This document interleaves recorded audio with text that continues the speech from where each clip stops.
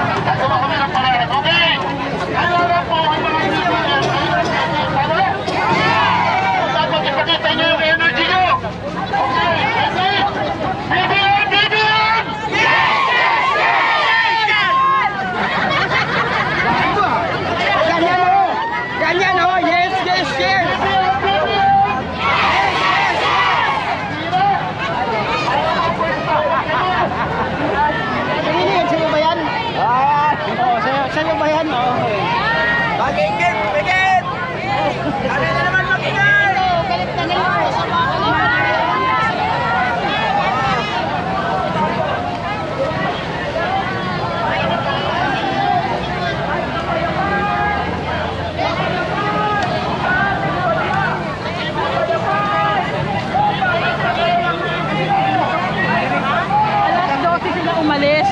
Dahil saan nagpunta? Paano ba kaloy? Ang bawat isang Pilipino, ayaw natin ang pagkakawat-awatan o kaya tayo ay nagpapakita ng ating matindig na paninindigan at may prinsipyong pakikibaka upang suportahan ang Pangulong Bongbong Marcos. Ang ating panawagan ay kapayapaan, kung kaya't nagtitipon-tipon ang sambayan ng Pilipino dito sa makaisayang lugar na ito. Ang ating panawagan ay kapayapaan. At sinabi natin, lakas ng maralita. Ang sasakinggan ninyo, puwersa ng paglaya. Okay, tapos, lakas ng maralita. Puwersa ng paglaya. Yan. Paririnig pa po natin. Lakas ng maralita. Puwersa ng paglaya. Lakas ng maralita. Puwersa ng paglaya. Puwersa ng paglaya. Yun, vice versa lang po. No? Yan ang ating panawagan.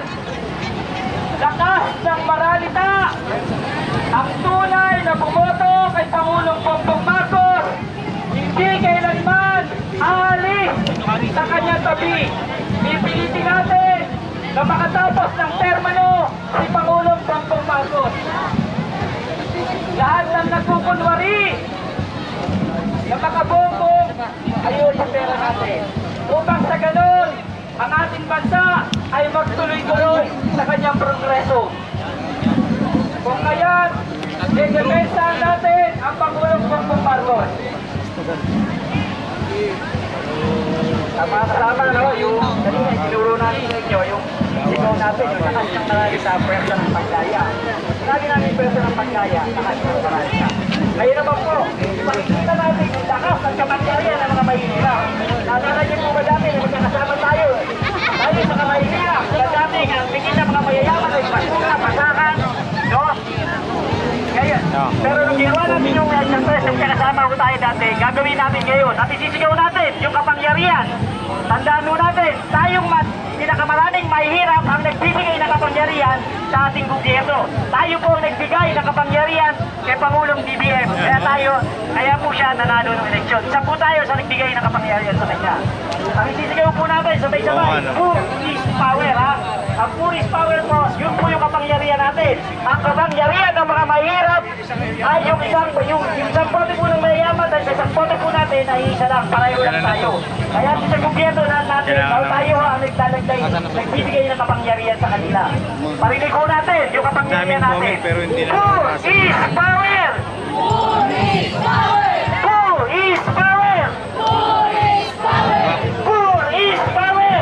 Who is power? O ngayon, mag-election naman po, no? Gagamitin na naman. Huwag na po tayong papayag na paggamit sa ibang mga politiko, no? Gagamitin na naman yung mga mahihirap. Ang pinakamaraming boto po sa ating bansa ay yung mga mahihirap. 70% po tayo, sila 30% lang. Kaya po tayo, wala tayong utang na loob. Kaya lang, siyempre, nire-respeto po natin si BBM, ang ating Pangulo. Simula pa po, Wilson College po kami, na nag-aaral po kami. Sinusuportahan po namin yung kanyang ama na nakita namin na napakaganda rin po ng nagawa. At rin, si BBM, nakikita rin po natin sa kanya ang tunay na leader, no, na minamahal natin at nagpapahalo tayo sa kanya. Kaya muli, sigaw po natin, Poor is power! Poor is power! Poor is power! Poor is power! Poor is power! Lakas ng Maralita! Pwersa ng paglaya! Pwersa ng paglaya! Lakas ng Maralita! Lakas ng Maralita!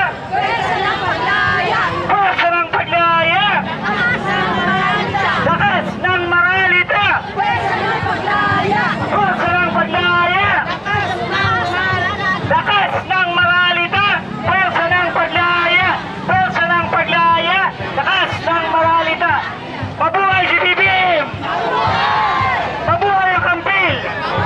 Mabuhay tayong lahat! Okay, maraming salamat po.